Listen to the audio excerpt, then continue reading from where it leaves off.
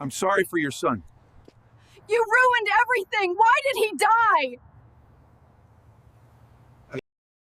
The War Next Door, a tale of revenge and redemption. It was 2 in the morning when my worst nightmare came crashing through my front door. 3 men, sent by our HOA, splintered the wood with a battering ram, claiming they were there for a compliance check. My wife, Laura, was asleep upstairs, unaware of the chaos unfolding below. I stood in the hallway, gripping a bedside lamp, my heart steady but my mind racing. They called it a routine visit, but I knew better. This was no inspection, it was a declaration of war. And I wasn't about to let them win. My name's Tom Harrison, a retired Army Ranger, 6 feet 3 inches, 250 pounds, and pushing 55.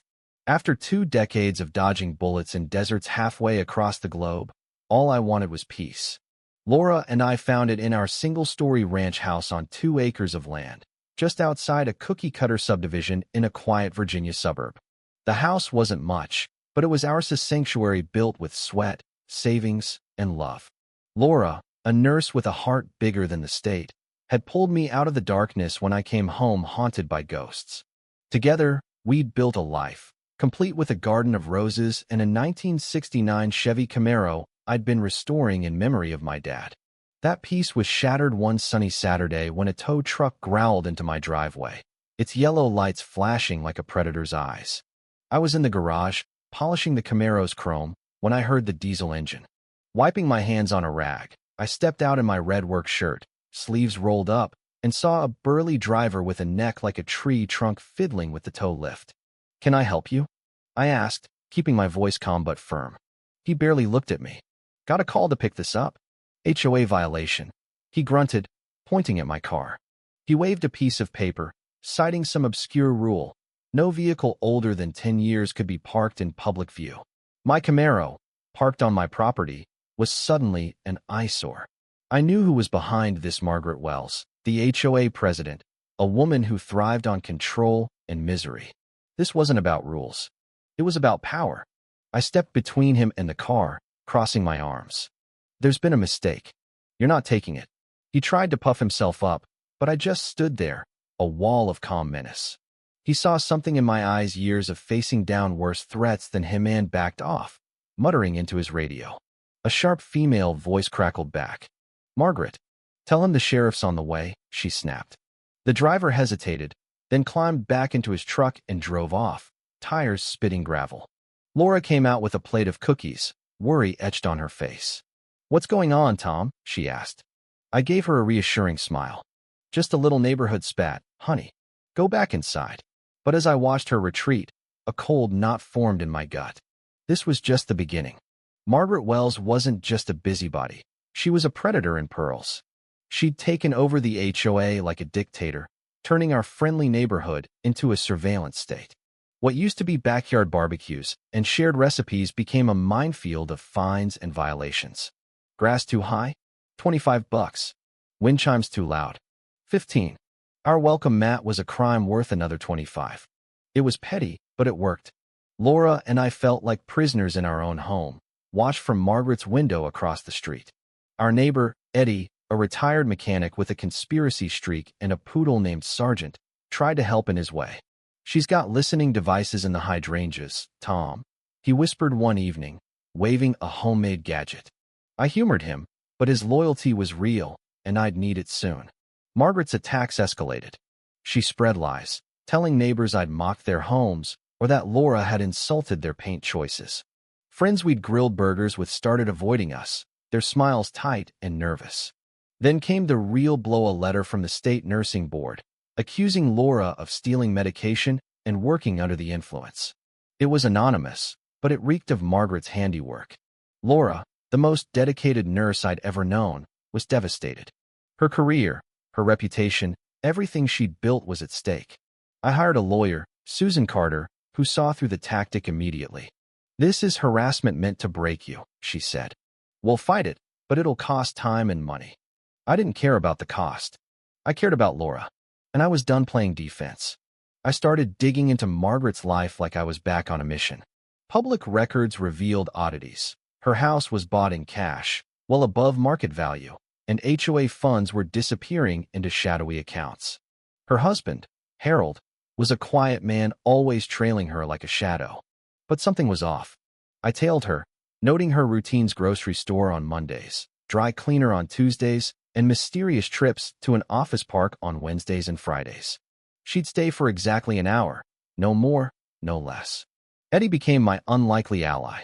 One day, he called me in a panic about a black van parked down the street, driven by a guy with a scorpion tattoo on his neck. I watched as Margaret handed the driver a thick envelope, her face tight with purpose. These weren't HOA lackeys, they were hired muscle. The threat was turning physical. I installed a top-of-the-line security system, checked the perimeter nightly, and cleaned my old service pistol, not to use it, but to ground myself. Laura caught me one night in the garage, the gun gleaming under the light. "This is getting worse, isn't it?" she asked, her voice steady but scared. I nodded. "Whatever it takes," I said. She touched my shoulder. "Don't become the monster you're fighting, Tom." Her words hit hard. I promised her I wouldn't. The nursing board scheduled a hearing for Laura, and the HOA hit us with a massive special assessment for a new gate and security patrol, thousands per household. Buried in the fine print was a rule allowing a lien on any home if the owner was under felony investigation, like Laura's trumped-up case. Margaret was trying to take our house, our peace, everything. I needed to get inside her operation. Breaking into her house was risky, illegal, but the stakes were too high for caution. I planned it for her Wednesday office trip, studying her security system and the layout of her house. I enlisted Eddie for a diversion. Armed with Laura's apple pie, I asked him to unleash Sergeant, his poodle, with pink-painted paws into Margaret's prize-winning rose garden. It was absurd, but it would keep her away. Wednesday came. I hid in the bushes, tools in hand, watching her sedan pull out. Eddie's radio crackled, the eagles in the nest, the poodles and the roses. I saw Sergeant trampling her garden, pink paw prints everywhere. Margaret's car screeched to a halt, her face a mask of rage. But then her phone rang, and her expression shifted to fear. She sped off, not toward the office park, but the highway. My plan was shot, but something bigger was afoot. I followed her, keeping my distance. She drove to a rural nursing home, Willow Creek Assisted Living. She met a doctor outside, her gestures frantic.